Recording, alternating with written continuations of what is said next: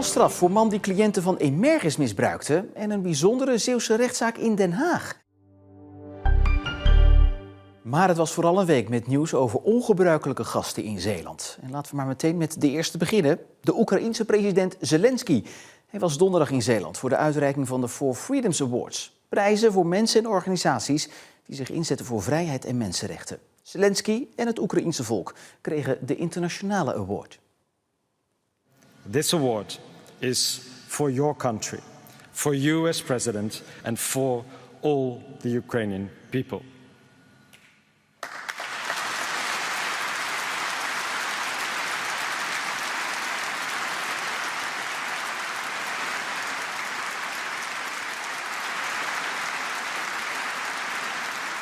Voor de uitreiking werd alles uit de kast getrokken op veiligheidsgebied. En dat is andere jaren ook het geval, maar vanwege de aanwezigheid van Zelensky werd er nog een schepje bovenop gedaan.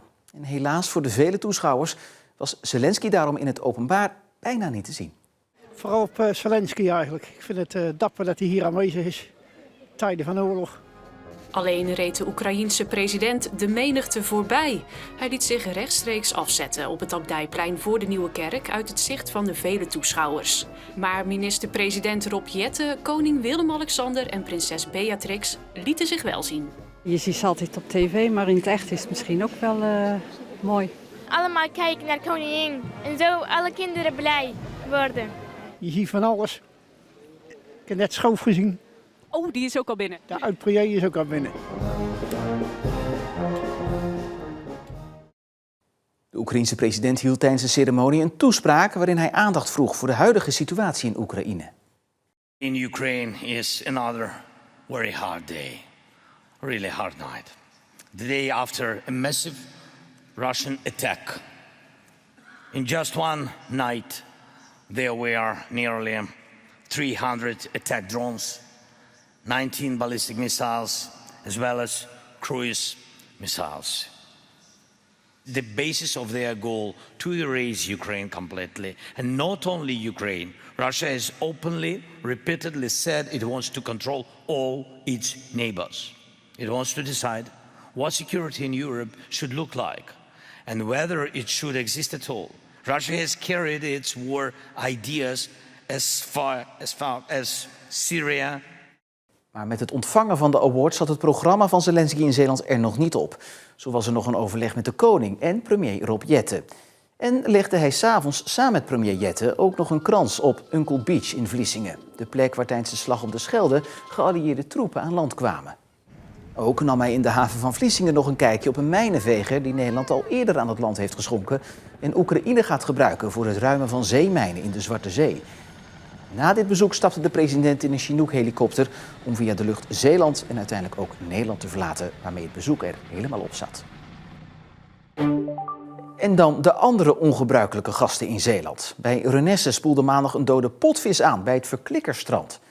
Een grote witgrijze massa die in de verte half boven het water stak. Dat was alles wat de medewerker van Rijkswaterstaat maandagmorgen zag voor de kust tussen Renesse en Nieuw-Haamstede. Bij nadere inspectie bleek het om een potvis te gaan. Maar dinsdag was de potvis verdwenen in zee en werd het even later weer gespot en is naar het strand van Renesse gesleept. Waar woensdag het ontleden kon beginnen. En dat werd gedaan door medewerkers van de Universiteit Utrecht die meer te weten willen komen over het dier. We zijn hier vandaag op zoek naar de oorzaak van stranding en de doodsoorzaak van deze potvis. We gaan alle organen beoordelen, bemonsteren en dan gaan we op zoek naar de vraag of het misschien of naar het antwoord op de vraag of het een dier was wat misschien ziek was, wat de conditie was van het dier, de leeftijd van het dier, tal van vragen. De potvis trok veel publiek, maar dat was geen probleem. Nee, geen last van mensen. Ik vind het heel erg leuk dat mensen komen kijken. Het is natuurlijk fascinerend en een unieke gebeurtenis. Dus we hebben juist met elkaar afgesproken dat we mensen de kans geven om ook wat dichterbij te komen.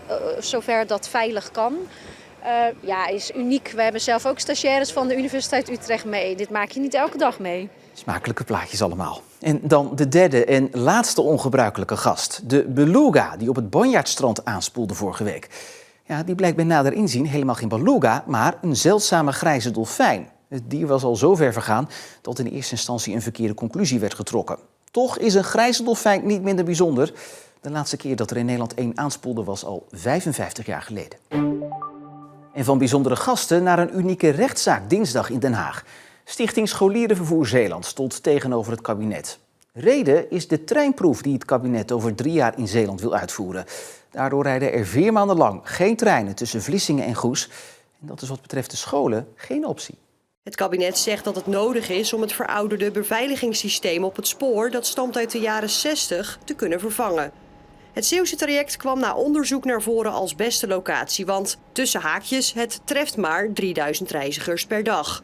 Terwijl op andere trajecten soms wel 10.000 reizigers te dupe zouden zijn zonder trein.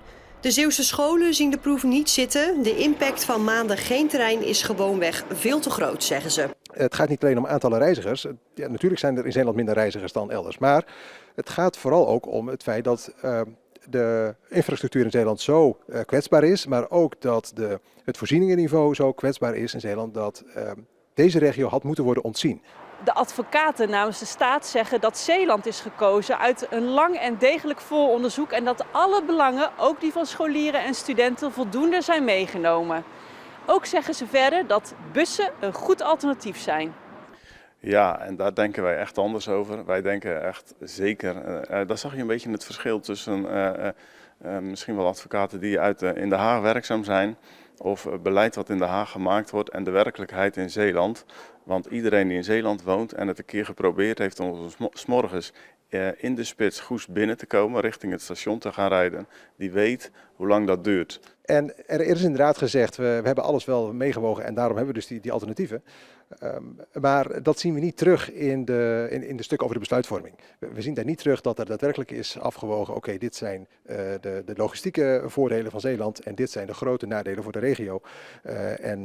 Als we dat afwegen tegen andere mogelijke locaties, waar komen we dan uit? Die afweging is niet gemaakt. De rechtbank doet 20 mei uitspraak. Dat de Vlakentunnel 10 dagen dicht is, dat is bekend. Het zorgt voor omleidingen en daardoor lange vertragingen. Maar stel nou dat er op die omleidingsroutes ook nog iets mis zou gaan. Een ongeluk of een pechgeval. Nou, daar is rekening mee gehouden. Bergingsbedrijf QC is op volle sterkte aanwezig op de omleidingswegen aan beide kanten van de Vlakentunnel. We hebben 2 lichte bergingsvoertuigen en 1 zwaar bergingsvoertuig staat daar zo gestationeerd. Van 's ochtends 6 tot 's avonds 8 staan ze permanent daar zo gestationeerd. Plus dat er nog een 3-4 autootjes rondrijden voor alles wat ze tegenkomen gelijk van de weg af te halen. De voorbereidingen voor deze grote opgave begonnen al een tijd geleden. Nou, daar zijn we toch wel een aantal maanden mee zoet geweest met de voorbereidingen. En het begint natuurlijk heel klein. Tot de laatste weken dan was het wel heel intensief met draaiboeken, schema's en dat soort dingen allemaal klaar te maken. Want het bergingsbedrijf heeft deze dagen een belangrijke functie in de bereikbaarheid van Zeeland. Kijk, zodra er wat gebeurt, dan staat het gelijk helemaal vast. Want omleidingsroutes, buitenom de omleidingsroute, zijn er niet. Dus haast is geboden en daarom staan we aan alle 2 kanten van de tunnel gestationeerd. Zodra er een melding is, en dat gebeurt 3-4 keer op een dag ongeveer, dan rijden ze van 2 kanten aan. Om wie het eerste er is, gelijk de voertuigen weg te halen. Ja. En de doorstroming weer te garanderen. Voor QC is dit een generale repetitie voor de langere afsluiting van de Vlakentunnel in 2029 en de afsluiting van de Westerschelde-tunnel begin volgend jaar. Want ook dan staat het bedrijf paraat. En de politie voert extra verkeerscontroles uit op de omleidingsroutes van de Vlakentunnel. Daar zijn regelmatig gevaarlijke situaties omdat weggebruikers zich niet aan de regels houden. Of en hoeveel boetes er al zijn uitgedeeld is nog niet bekendgemaakt. Er is een kok, een kweker en een onderzoeker. Het is niet het begin van een flauwe mop, maar de samenstelling van een onderzoeksteam dat wil proberen ons aan het eten van zeewier te krijgen. Het is namelijk hartstikke gezond en we hebben het in overvloed. Maar eten doen we het nog maar mondjesmaat. Nederland loopt er nog niet warm voor om dit te eten. Mooi, hè? Ja, die eerste die is altijd super mooi. Lekker zacht nog. Zeewier. Het is zout en soms moeilijk te verteren. En daarom hebben 3 mensen iets bedacht. Een topkok, een wetenschapper en een zeewierkweker. Ze willen zeewier gaan laten fermenteren. De Zeeuwse zeewier op de markt is nog vrij beperkt, vind ik zelf. En dan het fermenteren, dat is natuurlijk helemaal wat nieuws. En dat is, vind ik wel spannend, zoiets, om daar aan mee te doen. Het is iets nieuws, iets speciaals. En ik vind dat iedereen meer zeewier moet eten. Omdat het ten eerste heel gezond is, omdat het in overvloed groeit. omdat er voldoende zeewier in de Oosterschelde is. Omdat het, en het is gewoon ontzettend lekker. Voor veel consumenten ruikt zeewier naar vis. Dat vinden ze niet zo prettig. En ook met fermentatie kunnen we daar een verbeterslag slaan door de geur nog te verbeteren. Fermenteren is een soort gistingsproces dat we kennen van bijvoorbeeld zuurkool en yoghurt. Alleen is zeewier fermenteren moeilijker. Maar zeewier ziet er qua structuur ook heel anders uit. Het heeft een andere celstructuur, dus het is moeilijker om af te breken. Er zitten andere voedingsstoffen in voor de bacteriën waar ze misschien niet zo goed mee groeien. En als dat tezamen maakt het eigenlijk een stuk lastiger om zeewier te fermenteren dan bijvoorbeeld kool of wortelen of andere groentes. Bij toprestaurant De Kromme Watergang in Slijkplaat gebruiken ze het ongefermenteerd al jaren. Ja, we gebruiken het voor alles. Dus we gebruiken het in plaats van zout in poedervorm. En we gebruiken het rauw, we gebruiken het gefrituurd op allerlei verschillende manieren. Zeewier bevat ook veel eiwitten. Ja, eiwit is natuurlijk ook hot tegenwoordig. Dus het zou kunnen dienen als alternatieve eiwitbron. Je zou kunnen denken aan misschien zelfs voor sportvoeding. Ieder zeewier heeft zijn eigen smaak. En als je het verhit, krijgt het ook weer een andere smaak. Wordt het droogd, ook weer anders. Maar fermenteren is weer anders. Het is echt voor mij echt nog een vijfde smaak. Ja. Echt een umami smaak. De komende maanden gaan de mannen in ieder geval nog verder met hun onderzoek. Een voormalig medewerker van Emergis is veroordeeld tot 3 jaar cel, waarvan 1 voorwaardelijk. Eerder was de 50-jarige man uit Zierikzee ook al ontslagen bij de politie en een andere GGZ-instelling vanwege seksueel grensoverschrijdend gedrag. Bij Emergis heeft de persoonlijk begeleider 2 cliënten van de zorginstelling betast en verkrachtte 1 van hen. Robin, een van de slachtoffers, vertelt haar verhaal. In 2023 komt Robin na een heftige periode terecht in Emergis. Uiteindelijk kreeg ze de man uit Zierikzee als begeleider. Die werd mijn PB'er, omdat het ook goed klikte. Dan begint Robin met EMDR voor haar trauma's met seksueel misbruik. Daardoor krijgt ze meer last van momenten van afwezigheid. Als ze daaruit bijkomt, knuffelt de begeleider haar. En dat lijkt in eerste instantie lief, maar dan wordt het toch wat gek. En dat ging steeds verder in de zin van dat als ik bijkwam, dat ik zei van wat is er gebeurd? Ja, ik heb mijn penis in je nek gelegd. Dat ik dacht, wat is dit? Daarna begint de man haar te mailen. Die mails worden steeds explicieter, tot naaktfoto's aan toe. En altijd moesten alle mails verwijderd worden. En dan kwam die dan ook de dag daarna meteen naar me toe. Hij heeft het wel allemaal weggehaald, hè? Want anders dan raak ik mijn werk kwijt, hoor. En allemaal van dat soort dingen. Hij werd ook steeds intimiderender en zijn gedrag werd eng. Als Robin op een avond weer last heeft van herbelevingen, komt ze bij de begeleider voor medicijnen. Maar die helpt haar niet, maar denkt vooral aan zichzelf. Kantoordeur op slot. Ja, toen ging hij dus met zijn vingers erin, zeg maar. En pakte hij mijn hand en legde hij mijn hand zo op zijn stijve penis, om het maar even zo te zeggen. Ja, en ik bevries. Ik stond helemaal aan de grond genageld. Pas maanden later durft Robin aangifte te doen. En dan blijkt dat de man al 2 keer eerder is ontslagen voor seksueel grensoverschrijdend gedrag en dat Emergis hiervan wist. Ja, toen knapte er even iets. Een instelling, daar moet ik veilig zijn, daar moet iedereen veilig zijn. Hoe kan je zo iemand nou gewoon een kans geven en aannemen? Ja, toen ben ik echt gaan gillen en gaan huilen en gaan gooien en gaan smijten. Ik was helemaal over de zeik. Voor Robin blijft het dan ook niet alleen bij een aangifte tegen de begeleider. Dat gaat wat mij betreft zeker gevolgen hebben, ja. Ja, wij zijn van plan om dus de kliniek aansprakelijk te stellen. Dus een procedure te starten. Ja, en mijn bedoeling hiermee is gewoon echt, de zorg moet echt veiliger. Robin hoopt door haar verhaal te delen andere vrouwen te inspireren. Ik wil mijn verhaal vertellen omdat ik sowieso wil zeggen tegen alle vrouwen die dit soort dingen gebeuren. Alle vrouwen, sta op. Laat niet alles met je doen. Echt niet. Doe aangifte. Dan begin ik maar mijn eigen MeToo-beweging. Had hij zo'n hekel aan MeToo? Prima, ik begin mijn eigen MeToo-beweging. Sta maar op. Doe maar aangifte.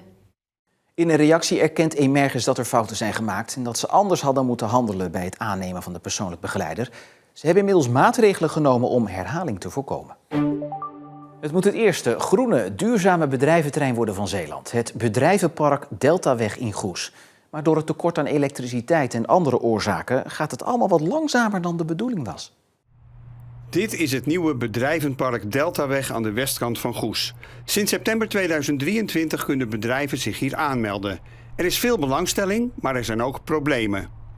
De interesse is nog steeds groot, maar je merkt wel dat voor degenen die hier daadwerkelijk willen gaan realiseren, er zijn een paar hobbels die nog steeds toen er al waren en nu nog steeds van toepassing zijn. De grootste hobbel heet netcongestie, oftewel het tekort aan elektriciteit. Bedrijven kunnen aan de Deltaweg maximaal 3 keer 80 ampère krijgen en voor sommigen blijkt dat toch te weinig. Wij hebben wel een aantal partijen gehad die hebben aangegeven met 3 keer 80 in de basis niet uit te kunnen. En ja, dat is zonde. Voor Jack van der Velde is weinig stroom geen probleem. De nieuwe loods van zijn groenvoorzieningsbedrijf dient vooral als stalling voor materieel. Wij hebben niet zo heel veel nodig en wij hebben in september, toen we begonnen met de bouw, de stroom aangevraagd. En in januari brandden de lichten. Het is de bedoeling dat bedrijven duurzaam werken en voor een deel in hun eigen energie kunnen voorzien. Ja, dat lukt. Je ziet achter ons verschillende bedrijven die hebben het voor elkaar gekregen om hun eigen energievoorziening op te wekken. Er komen zonnepanelen op, er komt een eigen waterberging waar we het water van de dakken opslaan. En dat kunnen we ook weer gebruiken om plantenwater te geven. Er komt aan de buitenkant nog een groene wand. Dat is nu nog niet gerealiseerd, dat komt pas na het plantseizoen. In het bedrijvenpark zijn nu 9 kavels verkocht, 17 gereserveerd en 4 zijn er nog vrij. Toch staan er concreet nog maar 4 bedrijfsgebouwen en is er 1 in aanbouw. Ik spreek wel bedrijven die zeggen van mijn energieprofiel, zo noemen ze dat, het verbruik van energie en de opwek gaat in de toekomst waarschijnlijk veranderen. En daar willen ze nu al op inspelen. Bedrijven hebben gewoon echt langer nodig om te kijken van wat kunnen we nou precies realiseren. Dat geldt ook voor de bedrijven die al daadwerkelijk hebben gekocht dan wel gepacht. 1/3 van alle beschikbare kavels is daadwerkelijk verkocht of verpacht. Maar ja, ook die moeten wel uit gaan komen met wat zij voorhanden hebben. En dat lukt gelukkig vaak wel, maar dat kost gewoon wat extra tijd. En zo zijn we aan het einde van deze Zeeland de Week en ben je weer helemaal bijgepraat. Voor nu in ieder geval een fijne avond. Graag tot morgen.